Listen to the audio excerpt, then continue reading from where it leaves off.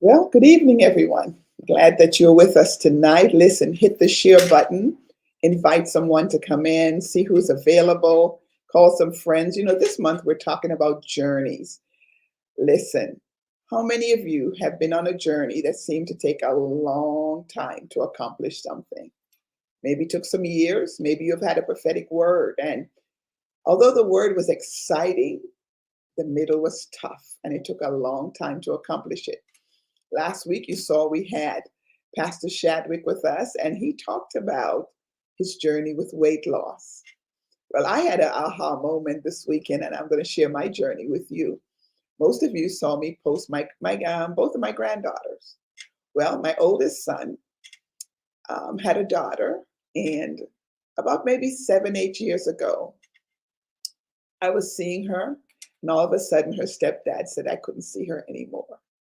He felt it would be best for her not to come back and forth. So I had not seen her from the time she was 12 till the time she was 19. And when I left her, I said to the Lord, I am going to fight for her. I'm going to go to court. Ask my granddaughter. I'm going to see her.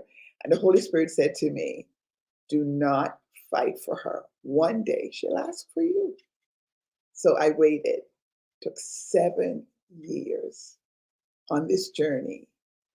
And a few weeks ago, I was talking with her and she said, Grandma, I want to come. We worked it out and she was able to be here with me for Mother's Day. So that was the first aha moment in the journey. But she has a sister who she had not seen. Her sister's 15 and she's never met her. So while they were here, I FaceTimed each other and they said, we want to see each other. One lived in Philadelphia and one was here. So guess what? Grandma got in the car, drove halfway, met her, brought her back, and she was able to connect with her sister after 15 years. Journeys. We're talking about journeys. How many times in life we have to wait for things to happen. We have to go through such an ordeal for things to happen on our journey. Well, tonight we're going to focus on continued education. Many of you either have a desire or are in the process of completing a degree or some form of education or certification. And for those who are beyond the normal college age of 18 to 35, it can be quite a challenge to entertain the idea of returning to school because of the added responsibilities your life already include. Many times in talking to people, I say to them, if your income is not enough, further your education. I even had a talk with my granddaughters. The only thing that no one can take away from you is your education. Get your education. You can always use it. I remember there was a season in my life where I went to cosmetology school and then I went back to get my master in cosmetology. Then I went to Bible school. I went to business school. Then I went back to college, got my bachelor's degree. It just seemed as though I was always in school, but I knew if I needed to increase my income, I also had to increase my education, certification, so that I always had streams of income. Many of the adults who continue their education beyond the age of 35, they have spouses, they have children, they have jobs, they've already some form of career. And it costs quite a bit to further your education. According to a National Center of Educational Statistics, it reports that 17% of part-time undergraduates attending public four-year institutes are 35 years and older. People are going back to school later in life. Everybody's not going to school at 18 and 19. However, even with all the potential added stress, every day people are rising to the occasion and returning to school as an objective to improve their career and also include and increase their finances. Because many times you're not going to get the job unless you have the education or some form of certification. And although we have a long way to go in society, there's still quite a ways to go in furthering our education. In 2020, data showed that only 37.5% of people over 25 years of age were educated, and only 6.39% had a master's degree. Black women are now America's most educated minority at 36.1%. but it's still a 15% gap between a white woman who comes in at 51.4% with her degrees. So it brings us to the question of how important being educated really is, not only in terms of career opportunities, but as a means of eradicating poverty. Poverty is ugly, and the majority of women live below the poverty line, even in raising children. Sometimes when a woman goes through divorce, her income changes, and she's finding herself raising her children now below the poverty line. It's happening every day. Education empowers and education transforms. It allows us to break the traditional cycles of exclusion that keeps us from being included at the table where decisions are being made. Education is often referred to as the great equalizer. It can open doors to jobs and resources and skills and that family need not only to survive, but to thrive. Access to high quality primary education and supporting a child's well-being is globally recognized solution to break the cycle of poverty. Listen, for example, 24.7% of people without a high school diploma live below the poverty level in the United States, while those with a high school diploma and no college are just 13.2%. Those that some of the colleges are 8.4, while those with a bachelor's degree are no higher than 4%. And although having a degree doesn't ensure that you will not live below the poverty line, it does drastically reduce how far below the poverty line you are. In other words, the poverty line is established to determine the estimated minimum level of income required to secure necessities of life. Often more times than not, college graduates remain at poverty line due to the debt incurred while pursuing their education. Many people, when they graduate college, have a large school loans to pay, and they don't make the money to pay it back like they thought they would. Many times in getting a degree, you have to consider, is this a hobby or is this going to really make money?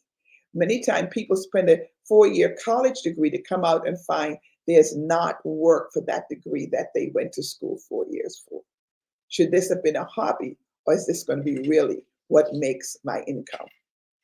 As stated before, education is globally recognized solution for poverty. And if we are to change our cultural mindset, those of us who are educated must commit ourselves to helping those who are not educated or undereducated to know the empowerment and importance of education. I had the talk with my granddaughters. I said, I see you on the phones all the time, but I don't see you with a book. You'll never be great students in college if you don't read. Reading is essential. Education is critical. It's so important. Well, tonight, joining me is one of my daughters here at Jubilee. I watched her for the last probably 5, 6, maybe more years pursue her doctorate. I watched the journey. I watched her battle cancer. I watched her write a book. I've watched her journey. And it's been a remarkable journey to watch Pastor Ani, Dr. Ani Moore, be everything God has called her to be, but it's been a journey. And I want to introduce her to you tonight. And she just recently completed her doctoral studies. Please welcome Dr. Ani Moore to our set tonight. Looking forward to this talk with her. Dr. Ani Moore, good evening, good evening, good evening. Hello. Well, before I get to the education part, tell us a little bit about yourself and tell us a little bit about your journey with cancer and your books. I want you to open with that because that was all before this. It was. It was. So, as Apostle said, I'm Andrea. Everybody calls me Ani. What I can say about myself is what you see is what you get. Not pretentious at all. I enjoy education. I enjoy living life. I enjoy traveling. I enjoy reading. I enjoy shopping. So many facets to me, but most importantly, definitely, I love the Lord, and I'm so appreciative of how He's kept me through several steps of my journey. What, what was the journey like with cancer? Let's start there because that was a to me, watching you walk through that was a difficult one. Yes, Pastor.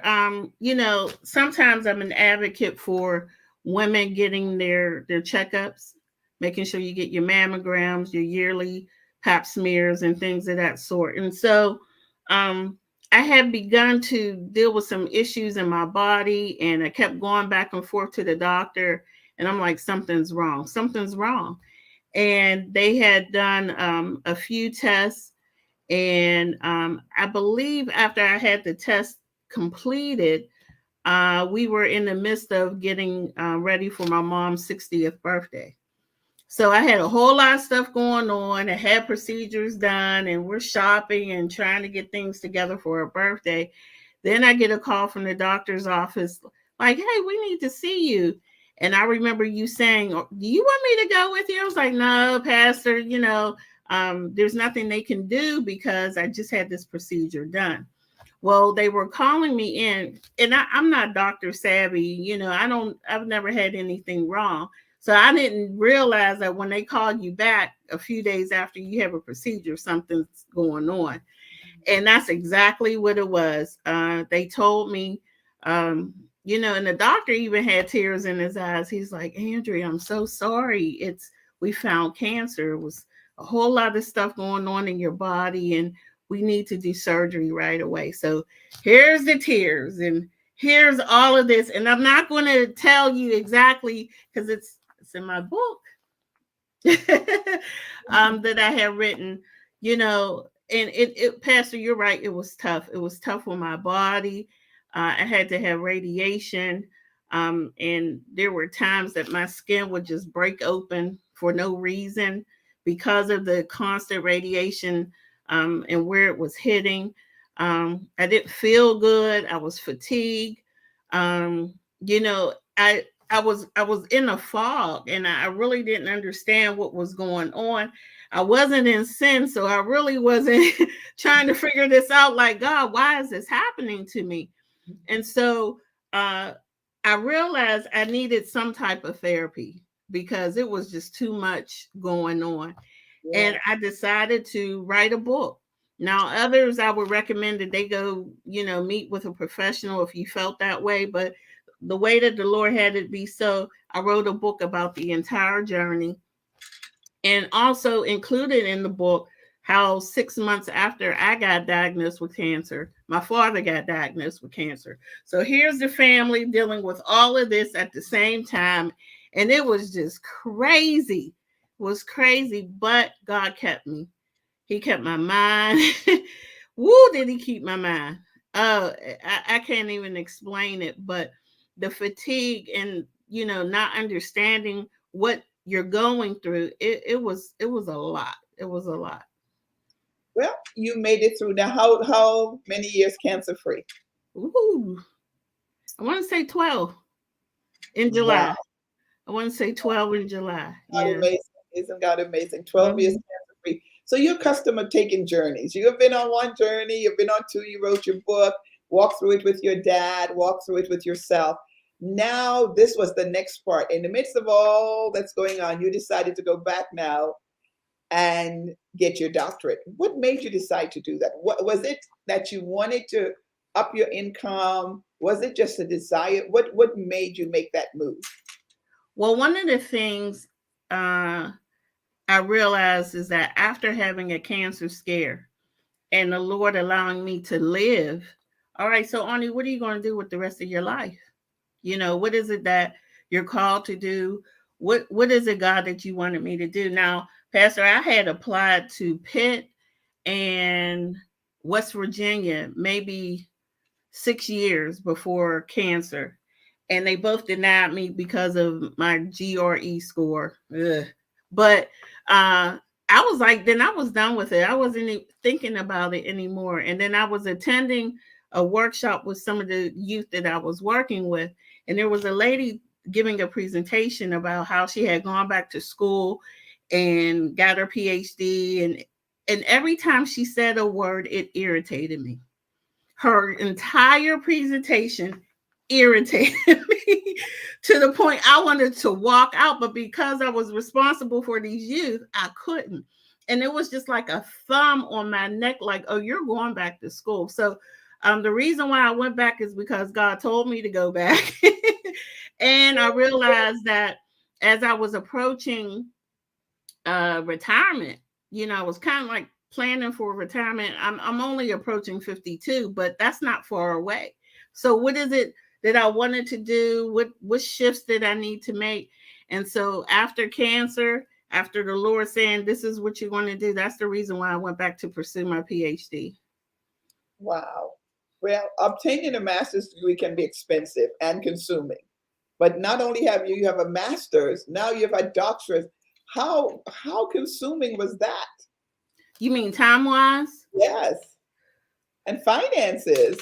Well, definitely if the Lord tells you to do something, he'll make a way. And so what happened was, and many people don't know this, I think you may be the only one and my mom, I started school at 44. I purchased a home at 45. 3 months after I closed on the house, I got severance from my job. And I had started school. What am I going to do? And so I had begun to, put a plan in place. And it was so that after some time, I was able to work for my cousin for her home healthcare agency. She needed a consultant. And my consultant position turned into her HR director. And so I was thankful for that because I was permitted to leave work like 2 days a week early and go to class and come back. And so I was able to maintain the house and everything that was going on, even had my little sister live with me for a minute, so it all worked out. And definitely it was a toll on the finances and things of that sort. But it kept me humble and it kept me focused. So did you get scholarships of any form? Were you able to?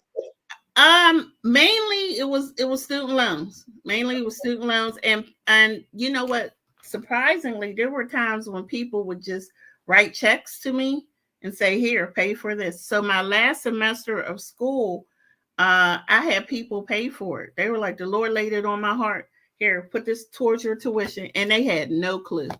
No clue. Wow. Well, how did that affect your personal life? Well, school, work, ministry. What did you have to let go? I let go so much. I didn't realize I was doing that much. What I began to do, I was also a caretaker for my dad at the time. So I had school, I had, my time that I had to help with him, working full time. A lot of things in all areas I had to drop. So I couldn't go hang out like I like to. The weekends were consumed with school and studying and papers and assignments getting done. Uh, I had to sacrifice sleep because I came in from work. I had to sometimes I would take a power nap for a half an hour and start an assignment so I can get it done so I wouldn't fall behind. In terms of ministry, there were a lot of things that I gave up at church, but ministry never leaves you. So my cohort mates often say, Andrea, you put God on everything. Every time we face a difficult situation, I was praying for them. And there were probably like 15 of us in my cohort. And Pastor, I'm happy to say probably 11 of us have gotten our PhD, and that's rare. Normally, wow, you don't have that many people complete your PhD. So I don't care how much they laughed about it. They know I prayed us through that time, and most of us have our PhD. So I gave up a lot. There were times I couldn't travel. That hurt my heart. There were times I couldn't attend conferences. There were times I couldn't attend family gatherings. I had to say no a lot. And after a while, I stopped giving explanations. You know what I'm doing. So no is no. I can't do it. And I was okay with it. And I often say, if you ain't write me a check for my tuition, no is my answer. Wow. Sometimes I know you as a teacher, you're an excellent teacher. in ministry. How are you going to do that in the classroom of a college? Because I have a feeling, since your degree has to do with education, I know you're going to somehow. I don't know if it's now, but somewhere along the line, you're going to find a way to teach. Well, Pastor, I'm teaching a class now. Matter of fact, I got grading to do for tomorrow. I've been teaching a class, mainly Intro to Sociology, for the past few semesters at Community College Boyce Campus. So yes, I am teaching, definitely. Now, how will this affect your increase in pay and income with what you have accomplished now so far? Will that take you to a new level of income? Can you ask for more? Are you going to ask for more? Are you going to change the kind of job? Okay, your human resources. What are you going to do with that? So I met with someone and we kind of like discussed that, like, Arnie, what do you want to do with this degree? And they were just kind of like helping me to understand what I could ask for now that I'm at this level. And so definitely I will continue to be some type of professor, whether it's adjunct, whether they allow me to do more classes. Also, that involves like senior management somehow or another in terms of administration and leadership. My degree is a PhD in administration and leadership studies in nonprofit and public sector. So that incorporates a whole lot, but it also marries everything that I've done in my career in terms of administration and leadership. And so it also incorporates a heavy foundation in sociology. So that's the reason why I'm able to teach it at a college level. So I can teach, I can be involved in senior management, or I can be possibly an executive director of an agency, or, whatever doors open in that capacity. So I'm looking to explore all those different areas. And that's what I'm doing now, because school was so much. I didn't have a chance to look for a new job before I graduated. I had too much going on, too many deadlines to fulfill. Now, this is a question that I really feel. In the beginning, I talked about how education helps to eradicate poverty. What is your spin on that? As you have worked with many young women, some below the poverty line, some above the poverty line, how do you feel that education is going to help your generation? You know what, Pastor? What I have found is it gives you leverage. It gives you definitely a position at many tables, because I'll give you an example. So whenever it's time, the beginning of the semester, and it's time for me to teach a course, the students are waiting outside the door and we're waiting for security to open it. So, I speak, say hello, but as I'm walking into the room, I'm not sitting in the seats where the students are. I'm walking towards the front. And then when they realize that I am the instructor or the professor for the class, the whole mood changes. It's a very rare occasion that you see a Black woman with a PhD instructing a class. And so the impact is great, because number one, people who look like me can understand you can achieve even more. And then those that don't have the same color as me realize, oh, I need to open my eyes and realize she's in charge. And that's the way it is. So in terms of eradicating debt and poverty and things of that sort, it brings you to a different level, and leverage and things of that sort. But also, people are inspired when they see you and they realize, hey, if she did it, possibly I can do it too. And so working with young women, young people, it's important that, they first of all, you were talking earlier about people reading. There's been a saying for a long time: if you want to hide something from an African American, put it in a book, because we don't read like we should. And then also encouraging our young people to do more and to go after more. And, the thing about it is, dealing with this generation now, so much is given to them. but they don't understand the importance of earning things and investing in yourself. And therefore, you can move forward and get more of the things that you desire. Because a lot of things people want nowadays to come quick, but it doesn't come that way. It doesn't come that way. I was telling my granddaughter had on a pair of shoes, and someone in said, "How do you afford that pair? It's a very expensive shoe, a Kanye West shoe, some kind of shoe." And she said, "Oh, I took my paycheck, I bought it, and my mom didn't buy, I bought it." And I said, "You took your whole paycheck and bought one pair of shoes?" She said, "Oh, yes, Grandma." I said, "How much do you have saved?" And she was like, "Nothing." I said, "Oh, here's going to be a teachable moment." You see, because just at that young age, so Mhm. many of our children are buying the Louis Vuittons, the Coach purses, the shoes, the everything, but they don't realize they need to put time into reading for their education. So I said to the kids, you know, I gave them journals all to take home. They have assignments. Um, and one of the things that was so funny is that I was saying to them, when do you read? I've seen you all weekend on your phones. When do you read? And they're like, "Oh, Grandma, once we're finished with the school books, we're done. Oh, we're done." No, I said, "You're not going to get into college and do well in college if you're not a good reader." And I think so many times, Pastor Ani, we don't have a generation of everybody, everything is the television, the computers, Mhm. phones. They don't even studying. You know, everybody thinks I'm old fashioned, but I can't study with my computer. I need my Bible. I've got to yellow it up, color it up, come back and look at it. And I think it's so critical. I don't want to see us get rid of books.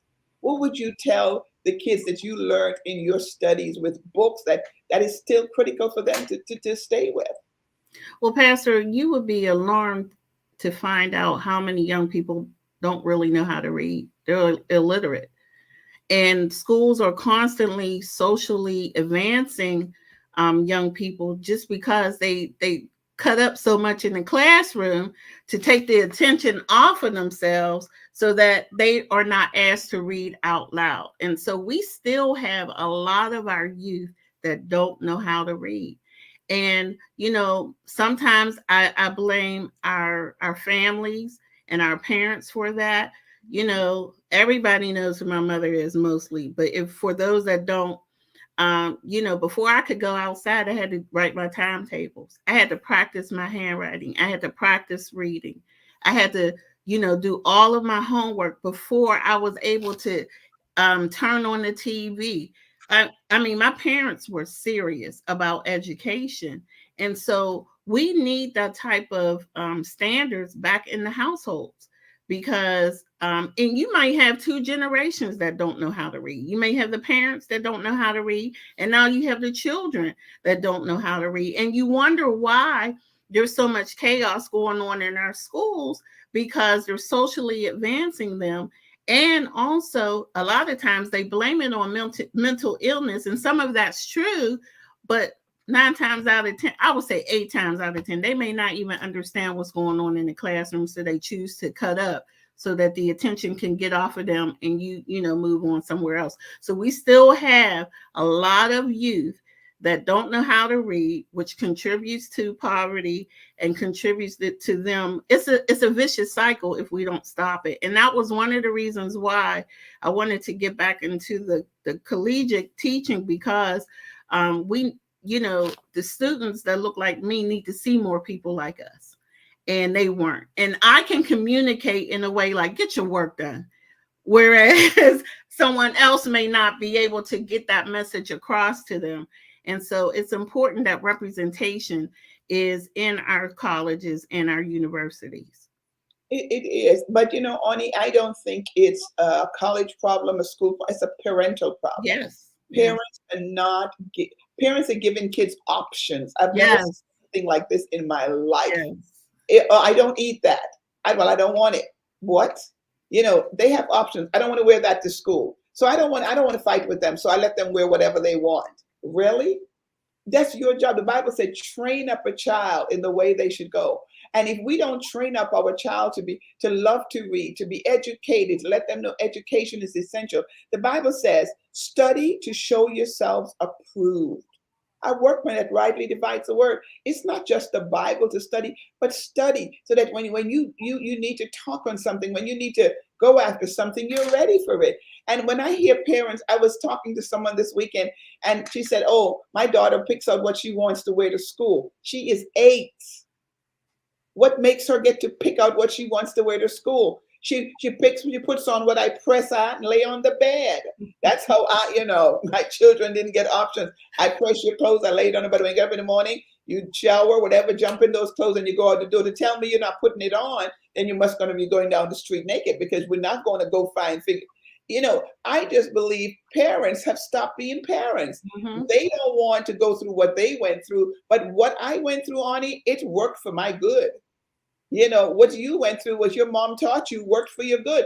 Everything wasn't for good, but majority of it, our parents knew something. Well, Pastor, I'm not a biological mom, but I am a wonderful auntie. And I am a great godmother. I say that because my nieces and nephews will tell you at any given day, I was showing up at the school to see what they were doing. And I made sure the parents put my name on the list so I wouldn't get in trouble. And the schools were tickled that I would just show up. Sometimes they would cut up. I say, "Would you please give me a room by myself?" And I remember knocking my nephew upside the head with an empty water cooler jug, right? Because he was acting up so bad. But I had to stay on them until they graduated from high school. If auntie and they'll tell you to this day, my auntie does not play. And they still give me that same reverence and that same respect. I showed up at the school for my godchildren too. Especially one young man, he completed 1 year of college. I was ecstatic, but I made sure that my presence was known and they knew I was not playing. So that's the way I supported my sisters and my brothers, as well as, my godchildren. I showed up and I meant it. So your passion for education comes from where? Your mom or dad, or both? Both of them. Both of them. Although my parents have just only a high school education, they're brilliant. Like my mother does crossword puzzles. I can't even do that. I can't even do it. And my father was beat her at Scrabble all the time. And my father was an avid reader. I mean, he would read books this thick, and we used to call him our human Google. He was just intelligent, had a quest for information, and that was passed on to me. It was, and I didn't have people who showed me this type of way. My aunt, my dad's sister, she was always in school for something, but I'm the first in my family to have a college education, and especially to get to this PhD status. I'm the first. So, Ani, would you recommend all children go after a college degree? Or are there some kids you think should definitely get a certificate program or get some kind of craft? Everybody is not a college, what should I say, college driven. Everybody's not willing for college. But I think everybody needs to get either a trade, a craft.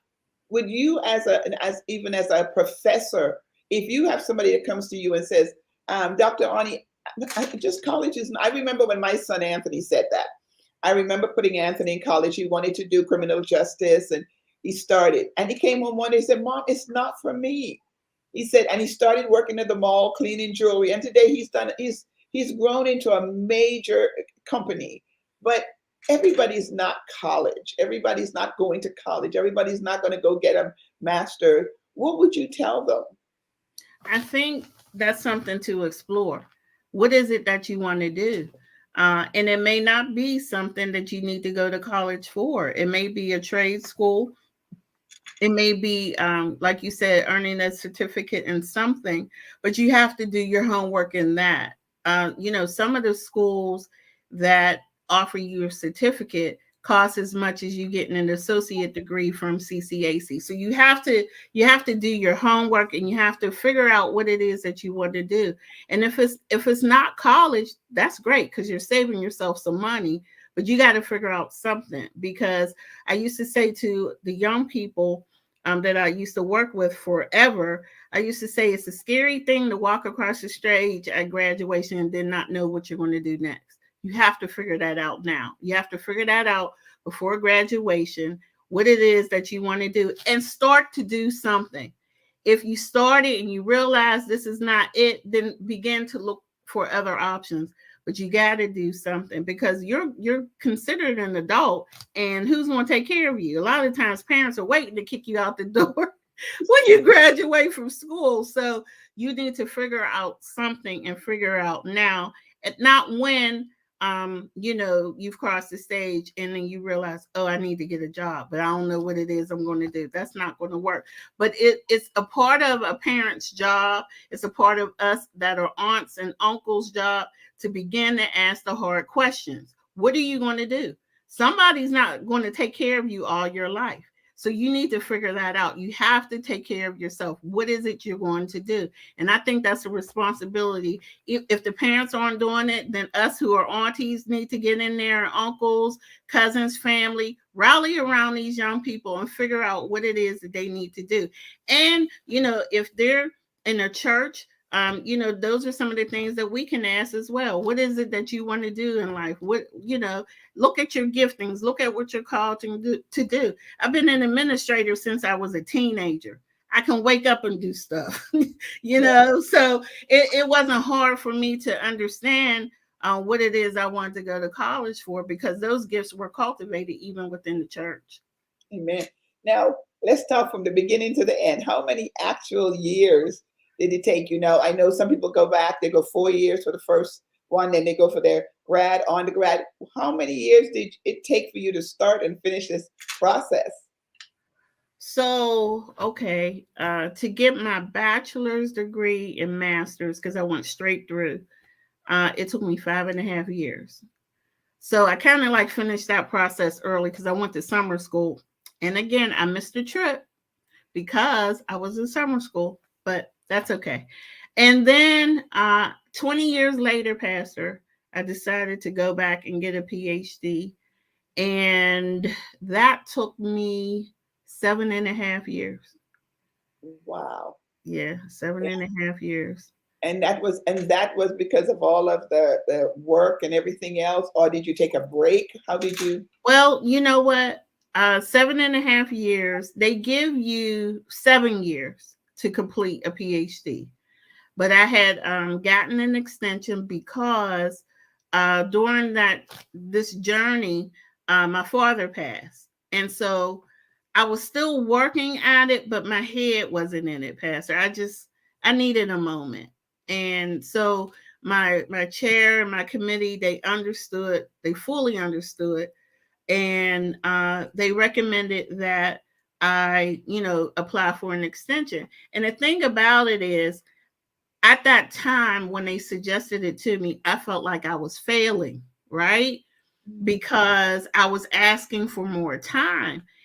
But I needed the time, and I was like, I can do it. I can finish it without the, extension. And my chair said, why would you put that stress on yourself?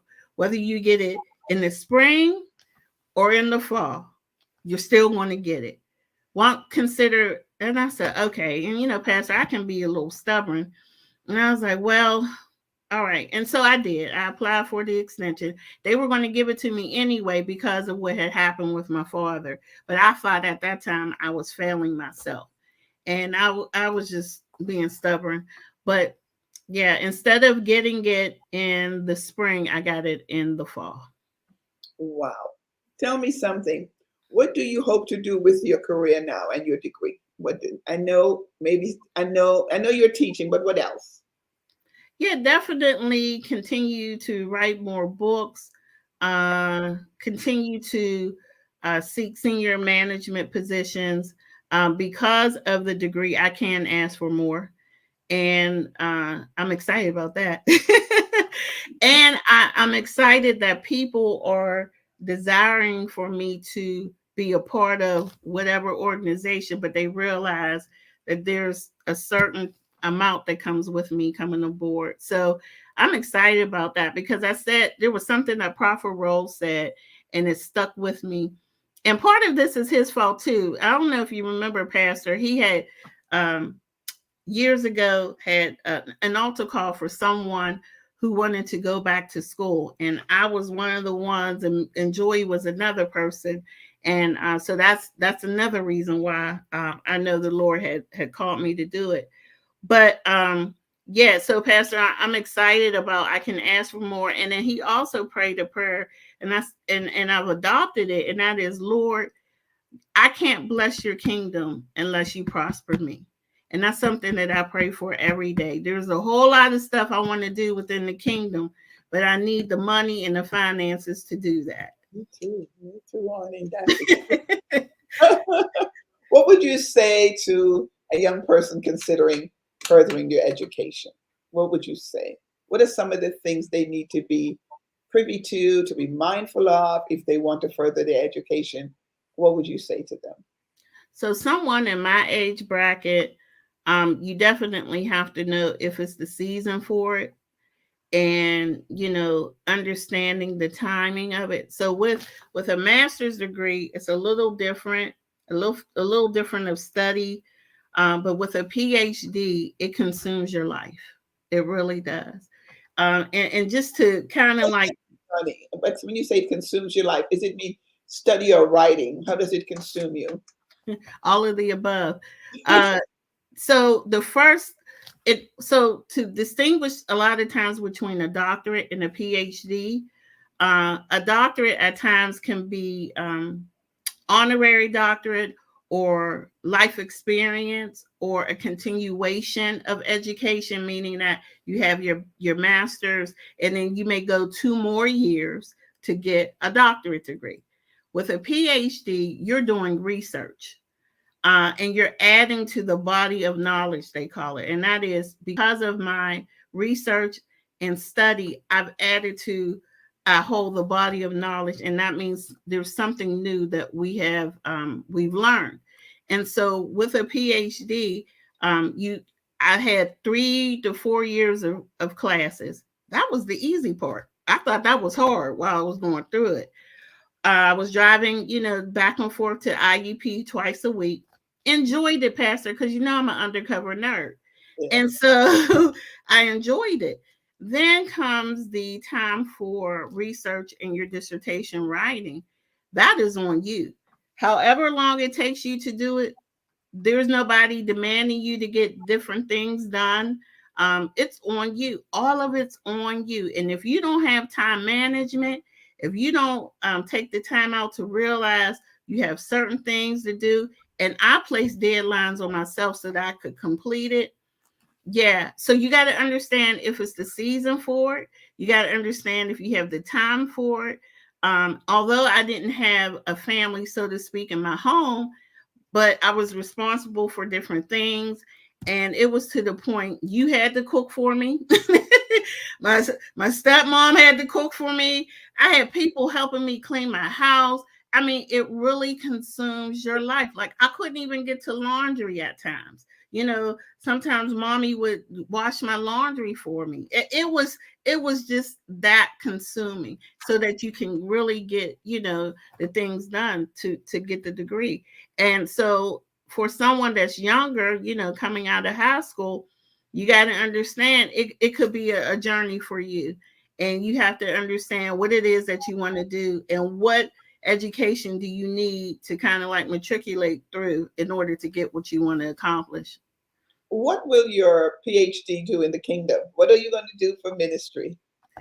Well, it has already begun, I believe, in terms of I'm responsible for our leadership classes and things of that sort. I just was asked to do a couple of other leadership classes. And so I'm finding that I'm utilizing a lot of the things that I learned, Oh, even, with what I'm teaching. I don't know if you remember this or not, Pastor, but there was one time when I had done a survey for our church, yes. and that was one of the things that I learned as a result of, going to school. And we were able to discover some things that needed to be, handled. And some things that need to be changed. Might need to do a new one because you got new members now and different things, different needs.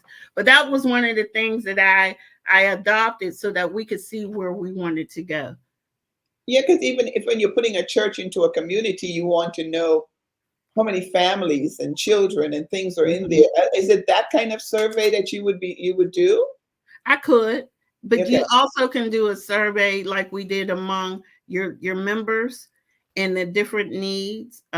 You know, because they change over time as people come and go, and you can have something that's still existing that nobody even needs, you know, needs to take part of. So every once in a while, you kind of like have to evaluate where you are and then where you want to go.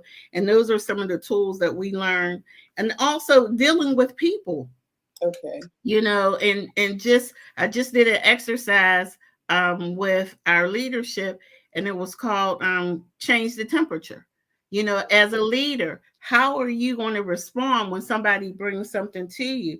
And so from all of those sociology classes that I've had, the Lord just gave that to me, and you know, that was something that we were able to do, and I think it was a great tool that, you know, leaders can use across the board. So my education, I know for sure that the Lord called me to come back and get this degree so that I can impact the kingdom. There's no doubt about that.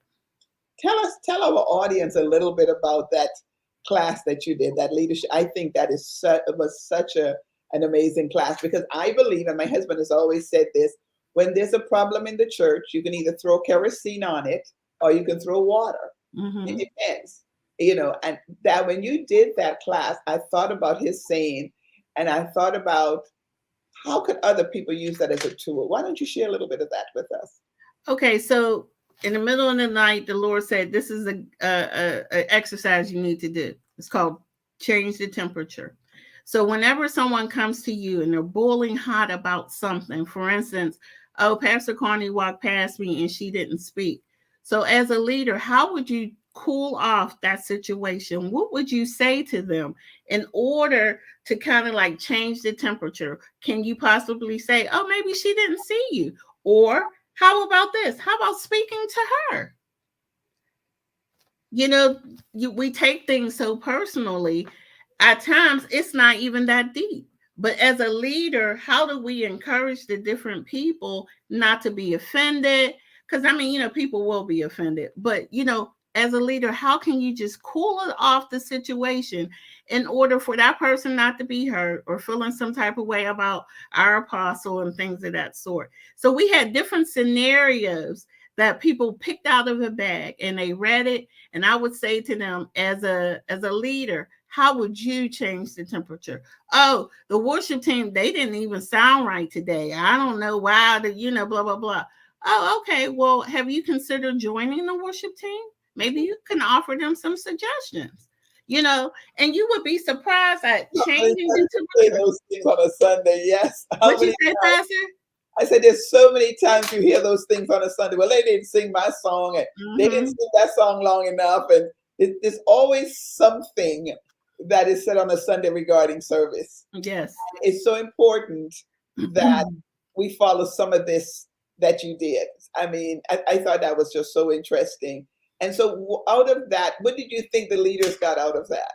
I think it checked us. You know, I think it checked us because there's times that we don't even realize how much we complain ourselves. And you don't realize how other people hear you. You have to be conscious of your surroundings. And if you're complaining about something over and over again, and then you have someone that's new to the ministry, that could kind of like deter them from not wanting to come. So we as leaders had to be checked as well. And you know, it's not the time to join forces with someone when they're upset and complaining. Oh yeah, girl, I feel the same way. They didn't sing my song. They need to get a new musician. I mean, you know what? But it checked us. It checked us. And it keeps us, you know, humble and honest and realizing that we have a responsibility as kingdom people to keep the kingdom connected and united. Those are the different things that continue to separate us, and we don't even realize it. That's so true because I know even to me as a leader, even in growing as a pastor, you learn that sometimes, earlier in my pastoring, when someone would say something right away, I would want to fix it or say something. And then after a while, you realize that may not be the whole truth, but Mm-hmm. just don't Mm-hmm. respond. You kind of have to pick your battles. Don't Right. respond to that. Let's wait, see what it comes out. Because before I would want to, oh, let's fix it. Let's get on top of it. Let's call. And after a while, you realize, you know what? Just calm down and let's see if it's really the truth. But only that for me, that Sunday when you taught that class was so critical. I think we need to put that in our manual. In Yes. how do we put out fires in the church, or how Yes. do we got to title it somewhere that other leaders can use it and do it in their training. But Yeah, people were taking my notes, and I hadn't even used my notes for that class. And it was titled Effective Communication Among Us or something like that. Yeah. well, this is for you, Ani. What's next? What does the future look like for Ani Moore? Wow. You know what, Pastor? I would say I finally got it time to go on a date because I couldn't even date. I like that. Ah, I You wait couldn't. for I mean, it wasn't that I wasn't asked, but Pastor, what's priority? You know, sorry about that. I'm a clown sometimes. But yeah, continuing to explore my options, continuing to write more books. I'm excited about teaching more leadership seminars, and eventually I'm going to be able to work on one for us, to bring more people in to teach us more things, because we need it. We need it. So that's what's next for me, Pastor. Traveling. I haven't been on a plane in a minute, so I'm ready to do that. In essence, get my life back because it was consumed. I think you're already working on that. I think you're working on that to get it back. Yes, it's not hard for me to do. I can bounce back quick. But yeah, those are the things that are next, and I'm excited about it. Excited for this next phase of my life, and I'm just living my best life. Ani, so good to have you tonight. I'm so glad this Thank journey was you. for you. I am proud of you that you finished. And I know there's more, so much more ahead of you. And I can't wait to see what's next, because I Thank you, think the next is Pastor. amazing. You have been saying for the last few months, great expectations, great Yes. expectations. That's been your mantra for the last few months. Every time I Mhm. talk to you, you don't hang up unless you pop that in there somewhere. But Yes, let me leave it with you that I am looking for great expectations in your life, and not only the expectation, but manifestation. Thank you so definitely. much for joining me tonight. Thank you for having me. I appreciate it. You're welcome. Well, all of us are on a journey. Some are taking journeys longer than others. Some have been just a long and hard journey. But what I want to let you know this month, don't give up. Whether it's your education, whether it's starting a business, you started, it failed, try again. You started your weight loss and you did well for a while, fell off, try again. I'm always trying. And I heard Bishop Jake say today that he's looking for a pill, for them to make a pill that if we pop it in, he'll lose the weight. I think we're all waiting for that pill. But while we're on that journey, don't stop. Don't give up on yourself. Don't. I still make sure I ride every morning. I still make sure I do my walking. I do try to not eat anything at night. I'm doing some, even just small steps to make sure I'm not gaining any weight. So whatever it is, take time. Look your business. You want to go on a vacation. You say, okay, I haven't been on vacation in a year.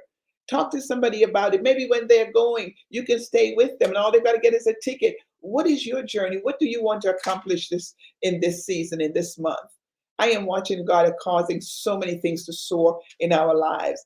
We're going to have other guests come on. That I have one couple coming on. She's been 14 years that waited to have a baby. Took her a long time to be able to produce. And sometimes when you're not producing, you feel like something's wrong with you. And we heard Pastor Shadwick share it last week, that took his wife a couple of tries to have their daughter. And life, we don't get to choose what life throws at us. When you look at First Samuel, look at Hannah. She wanted a baby. She came to church every year looking for a baby, wanting a baby. And we always look at the fact that Peninnah provoked her, but it really pushed her into her purpose and destiny. Sometimes God allows us to fail on this journey, or let it take a long time so that He can get the glory out of it. Maybe just that part where you failed, maybe that area where you didn't do so good. Try again, try one more time and see if God is not going to walk you through the process. God is not going to be there for you. God is not going to help you through this. I really believe He really wants to. And so don't let the journey take a long time. Don't allow yourself to say, okay, I've tried for 5 years, I quit. I've tried, I don't want to date anymore. I dated, it didn't work out. No, no, no. Pray about it. Ask God to show you your spouse. Ask God where He is. Maybe He's not in Pittsburgh. Maybe He's not in Denver. Maybe He's not in Atlanta. Maybe He's somewhere else, but God knows where He is. So if you're on a journey and you really want to be in a good relationship, ask God. He's the creator and He'll show you. You want to buy a home.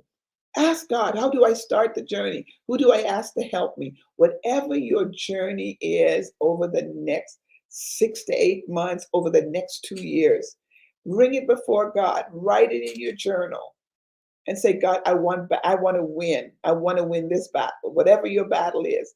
I won the battle with my finances. I thank God for accountability with that. Was able to build my home. Another battle I won. Pay off the church. I can look back over my life and see all the different battles I fought, but I have the spoil. I have the spoil. After you win a battle, you should have some spoil to show for it. And I've gone through many battles, and most of you that are close to me know that I have on my journey. But one of the things I can show today, I do have the spoil. There's one battle I constantly fight, but I never give up on myself, and I never will. I really believe I'm going to win that also, and I'm going to see the spoils. Because I can look back over my journals over the years and see all the spoils I've won in battle. The pain, the hurt, the disappointment, the things that have happened to me that I never have disclosed publicly, that I suffered during my lifetime, but got to this place. And I can look back now after every test. I was talking to one of the team members today, and she said, Pastor, before every promotion, it looks like I go through so much testing. That's my testimony. Before I come through my spoil or my manifestation or the gifts and the increase, before I see that, I literally watch myself battle so many tears, disappointment, fights, that you have to fight through for yourself to stay the course.